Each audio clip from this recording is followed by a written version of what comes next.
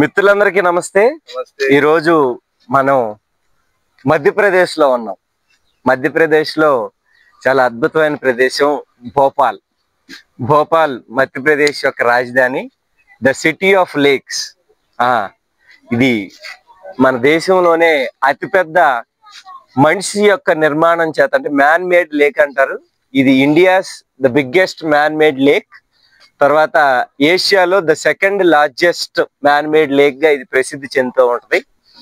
చాలా అద్భుతంగా ఇక్కడికి సాయంత్రం పూట్ల బోటింగ్ చేయడానికి కానివ్వండి, ఆ మధ్యలో హైలాండ్ కానివ్వండి, విహారయాత్రలు అనేక రకమైన హోటల్స్ మనకు కనిపిస్తూ ఉంటాయి ఈ యొక్క నది చుట్టూరు కూడా. ఇక్కడ మనం చూస్తే ఎత్తైన బిల్డింగ్స్ మనకి ఉంటాయి. తాజ్ హోటల్, అదిగో మనకు కనిపిస్తున్నటువంటిది తాజ్ హోటల్ అక్కడ నుంచి. అట్లాగే మెనీ అన్నమాట హోటల్స్ అవన్నీ కూడా మనకి అందంగా చక్కగా కనపడతా ఉన్నాయి ఇక్కడ. అక్కడ మనకి చిన్న లంక, మన విజయవాడలో భవానీ ఐలాండ్ లాగా ఈ ఆర్టిఫిషియల్, అంటే ఇది సముద్రం కాదు లేదా ఒక నది కాదు, మనకి సముద్రం నదిలాగా కనిపిస్తున్నటువంటి ఒక మనుష్య నిర్మితమైనటువంటి ఒక నది లేదా ఒక చెరువు అని చెప్పవచ్చు. ఈ చెరువులో మనకి అక్కడ కనిపిస్తున్నది ఆ మధ్యలో ఉన్నటువంటిది చిన్న ఐలాండ్ లాంటిది. చాలా బాగుంది. ఇటుపక్క కూడా మనం చూడొచ్చు.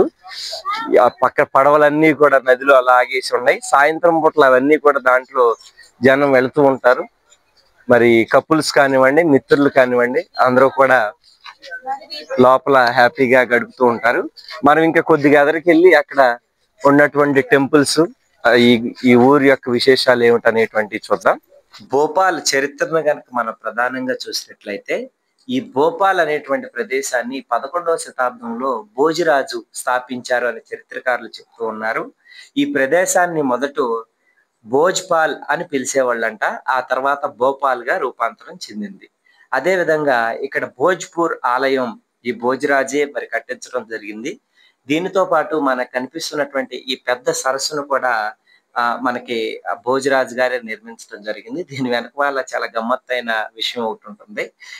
ఒక సందర్భంలో భోజరాజు గారికి అనారోగ్యంగా చర్మ వ్యాధి వచ్చినప్పటి సమయంలో మరి ఒక సన్యాసి గారు 165 ఉపనదులు కలిపినటువంటి ఒక సరస్సులో కనుక నువ్వు స్నానం చేసినట్లయితే ఈ చర్మ వ్యాధులు నివారించబడతాయి అని ఆయన చెప్పడంతో ఆయన ప్రపంచంలో ఉన్నటువంటి అనేక నదుల నుంచి, సరస్సుల నుంచి మరి నీళ్లను తెప్పించి ఇక్కడ ఈ గొప్ప సరస్సును నిర్మించినట్లు మనకు చరిత్ర చెప్తూ ఉన్నది. అట్లాగే దిగువ సరస్సు, రెండో సరస్సు అనేటువంటిది 1794లో నవాబుల చేత నిర్మించడం జరిగింది. ఈ రెండు సరస్సులను కలుపుతూ కమల్ పార్క్ అనేటువంటి ఒక వంతెన ఉంటుంది. చాలా అద్భుతంగా అది ఒక చూడదగినటువంటి ప్రదేశం. దాని తర్వాత భోపాల్లో మనం ముఖ్యంగా చూడవలసిన ప్రదేశాలు సరస్సులతో పాటుగా మనకి మ్యూజియం, ఇందిరాగాంధీ ట్రైబల్ మ్యూజియం ఒకటి, అట్లాగే సాంచీ స్తూపం. ఇక్కడ నుంచి చాలా దగ్గరలోనే సాంచీ స్తూపం 40 కిలోమీటర్ల దూరంలో ఉంటుంది. దాంతో పాటు బింబేడ్కర్ గృహలు, ఇవి యునెస్కో రికగ్నైజ్ చెందినటువంటి గృహలుగా చెప్తారు.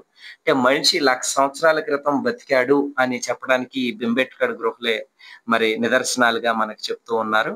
అలాగే రాణి కమలావతి ప్యాలెస్, రాణి కమలావతి గారి యొక్క ప్యాలెస్, మరి అట్లాగే వన్ విహార్ పార్క్, ఇక్కడ నుంచి చాలా దగ్గరలోనే వన్ విహార్ పార్క్.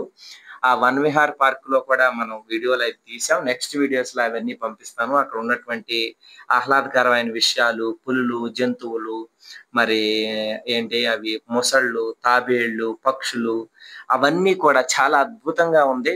భోపాల్ అనేటువంటి ప్రదేశం చూడడానికి చాలా మంచి ప్రదేశంగా చెప్పవచ్చు. అట్లాగే భోపాల్కి ఇంకొక ప్రత్యేకమైన విషయం ఏమిటంటే, దీన్ని నలుగురు బేగంలు పరిపాలించారు స్వతంత్రం రాకముందు. 1819 నుంచి 1926 వరకు బేగంలు అంటే ఆడవాళ్ళ చేత, ముస్లిం రాణుల చేత పరిపాలించినటువంటి ప్రదేశం. ఇకపోతే భోపాల్లో ప్రధానంగా మనం చూడడానికి కనపడేటువంటి ప్రదేశాల్లో అందమైన కట్టడాలు సాంచీ స్తూపం, ఇదిగో మీకు కనిపిస్తున్నటువంటిది సాంచీ స్తూపం. అలాగే భోజ్పూర్ దేవాలయం, పెద్ద శివాలయం ఇది. మనకి కొన్ని ఇన్స్టాగ్రామ్ వీడియోస్ లో కూడా మనం ఈ భోజ్పూర్ మందిర్ని చూస్తూ ఉంటాం. అట్లాగే ఇది మనకు కనిపిస్తున్న తాజ్ ఉల్ మసీద్ అనమాట, ఇది ముస్లిమ్స్ ది. ఇవి కనిపిస్తున్నాయనే భోజ్ రాజ్ అనమాట, ఈ గొప్ప సరస్సుని నిర్మించినటువంటి రాజావారు. ఈ వ్యూ చూడండి ఎంత బాగుందో. సాయంత్రం పూటలు ఇక్కడ చాలా మంది పర్యాటకులు వస్తూ ఉంటారు అనమాట. ఇది మనకి మ్యూజియం అండి. Indira Gandhi tribal museum. ఆ లోపల అనేక రకమైన కట్టడాలు ఉన్నాయి. ఎలా ఉండేవాళ్ళు అని ఇది నెక్స్ట్ వీడియోలో మీకు పంపిస్తాను. అట్లాగే మనకి చెత్తతోటి అనేక అద్భుతాలు సృష్టించవచ్చు అని మన దేశంలో నిరూపించారు. ఇప్పటికే కొన్ని ప్రదేశాల్లో, రైల్వే స్టేషన్లో, బస్ స్టాండ్స్ లో, ఎయిర్పోర్ట్స్ లో కూడా మనకి చెత్తతోటి అంటే వేస్ట్ తోటి, వేస్ట్ మేనేజ్మెంట్ వాళ్ళు రీసెర్చ్ వాళ్ళు అనేక రకమైన పరిశోధనలు చేసి వాటిని ఏ రకంగా ఉపయోగించాలని చాలా మంది ప్రయత్నిస్తున్నారు. ఇప్పటికే జపాన్ ఇటువంటి దేశాల్లో వాటర్ బాటిల్స్ ప్లాస్టిక్ ఉపయోగించి సముద్రంలో ఒక రన్వే కట్టిందనమాట. దీనికోసం ఒక ఆర్టిఫిషియల్ ఎయిర్పోర్ట్ లాంటిది. అట్లాగే మనకి వేస్ట్ టు వండర్ అని ఒక గిటార్ కనిపిస్తుంది. మరి మోగిద్దో లేదో తెలియదు కానీ అద్భుతంగా కట్టారు ఇది. మరి దీంట్లో సప్తస్వరాలు పలికించే వాళ్ళు ఎవరన్నా మన తెలుగు వాళ్ళు ఉంటే కంపల్సరీ ఈ గిటార్ దగ్గర రావాల్సిందే.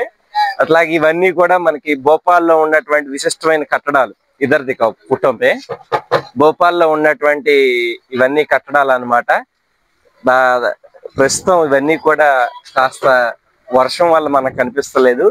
మసీదులు, అట్లాగే మనకి ఇక్కడ ఒక పెద్ద ట్రైన్ కనపడుతుంది. భారతీయ రైల్వే, మంచి రైల్వే. ఈ రైల్వే ఒకసారి చుట్టొద్దాం.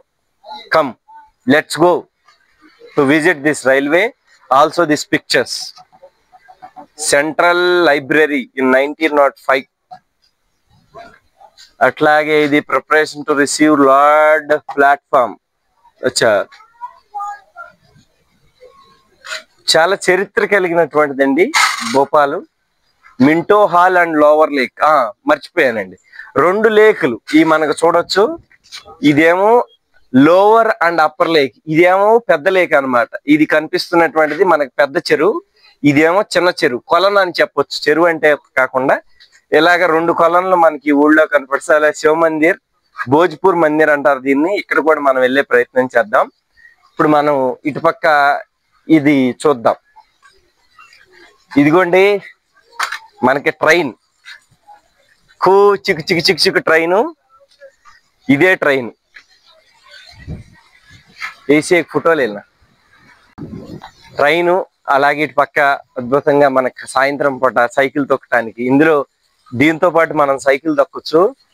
సాయంత్రం పూట అలా ఒక రౌండ్ వేసి రావచ్చు అనమాట. అద్భుతమైన వాతావరణంలో చాలా బాగుంది. ఇంకా పైన ఉన్నటువంటి మీకు చూపిస్తాను. వీడు మన మిత్రుడు శుభం, భోపాల్ నుంచి. అట్లాగే వీడు మన మిత్రుడు రాజ్, ఇందోర్ నుంచి. అట్లాగే మన నిఖిల్ పాటీదార్ ఫ్రమ్ రాజస్థాన్. अपना प्यारा भाई, आप सभी को पता है कौन? साई विनायक मिश्रा, ओडिशा से। तो सब लोग इधर आए हैं। बोलेगा फिर मेरे को बोलो कुछ बताओ। నమస్కారం అండి. తెలుగు నాదు, హిందీ తెలుసు. కొద్ది తెలుగులో మాట్లాడతాడు కొద్దిగా. కాబట్టి ఇదంతా కూడా మనకు थोड़ा सा बताओ लेक के बारे में। बहुत अच्छा जगह है, एमपी घूमने जैसा लायक है। पूरा साफ सुथरा जगह है, ट्रैफिक कम है, घूमने लायक बहुत अच्छा जगह है। ये मैंने जैसे अन्ना ने जैसे बताया, ये एशिया का 2nd लार्जेस्ट लेक है और बहुत सुंदर है। शाम के टाइम घूमने आना, धूप में मत आना, शाम के टाइम आना। बोलो लड़की भी आई शाम को आना। నార్త్ ఇండియన్ మిత్రులతోటి ఈ యాత్ర అడ్వెంచరస్ గా, ఫ్యాసినేటింగ్ గా ఉంది.